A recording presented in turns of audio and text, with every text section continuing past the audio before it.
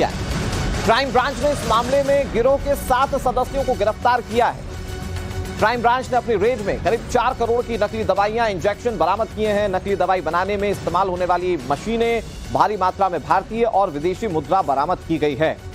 विदेशी मुद्रा है तो क्या इसका कोई कॉन्टेक्ट सरहद पार से भी है क्या? बहुत बड़ा सवाल है। दिल्ली में 4 करोड़ की कैंसर की नकली दवाएं बनाने वाली गिरोह का पर्दाफाश हुआ है। 4 करोड़ से ज्यादा का सामान जो है यहां से बरामद किया है जांच टीम ने।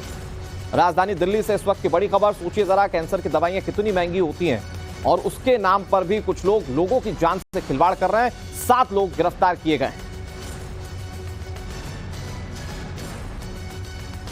डीसीपी अमित गोयल के नेतृत्व में क्राइम ब्रांच की टीम ने एक स्पूरियस कैंसर ड्रग्स का रैकेट बस्ट किया है। इसमें करीब इन्होंने 4 करोड़ के नकली कैंसर की दवाएं बरामद करी हैं। इसमें टोटल अभी तक 7 लोग अरेस्ट हो गए हैं। एक टीम हमारी बिहार में भी रेड कर रही है और वहां से भी आगे चेन के कुछ लोगों को मिलने का हम लोग कोशिश कर रहे हैं। अभी तक जो 7 लोग अरेस्ट हुए हैं उसमें दिल्ली और गुड़गांव में से हैं। उसमें जो इनके मेन मास्टरमाइंड हैं उन्होंने सबसे पहले 2 फ्लैट्स मोती नगर में लिए थे। उन फ्लैट्स में उन्होंने एक फैक्ट्री बनाई हुई थी जहां पे कैंसर की नकली दवाएं भरी जाती। कैंसर कितनी क्रिटिकल बीमारी है मेरे ख्याल से ये सब लोग जानते होंगे, लेकिन जरा सोचिए कि कैंसर से बचाने वाली दवाइयों का गिरोह चल रहा था। ये दवाइयां नकली थी और इसे लोगों तक पहुंचाया भी जा रहा था। हमारे साथ मोहित ओम जुड़ गए ज्यादा जानकारी के लिए।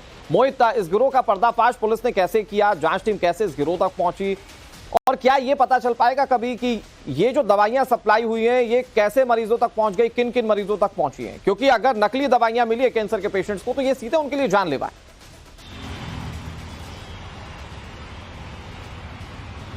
बिल्कुल, देखिए जिस तरीके से लगातार दिल्ली पुलिस क्राइम ब्रांच जो है वो नकली दवाइयों पे अपना शिकंजा कसते जा रही है। पिछले हफ्ते भी दिल्ली पुलिस ने 2 बड़ी फैक्ट्री का भांडाफोड़ किया था जो राजेंद्र नगर और शामली में चल रही थी। उसी कड़ी में जब दिल्ली पुलिस इन्वेस्टिगेशन में आगे बढ़ी तो दिल्ली पुलिस को पता लगा ना सिर्फ डायबिटीज और ब्लड प्रेशर जैसी दवाइयां, उसके विपरीत कैंसर जैसी जो बीमारी है उसकी भी नकली दवाइयां जो है मार्केट में आई हैं। जब पुलिस ने उन दवाई रैकेट्स का पता लगाया तो मोती नगर तक पहुंची। मोती नगर के डीएलएफ में 2 ईडब्ल्यूएस के फ्लैट थे।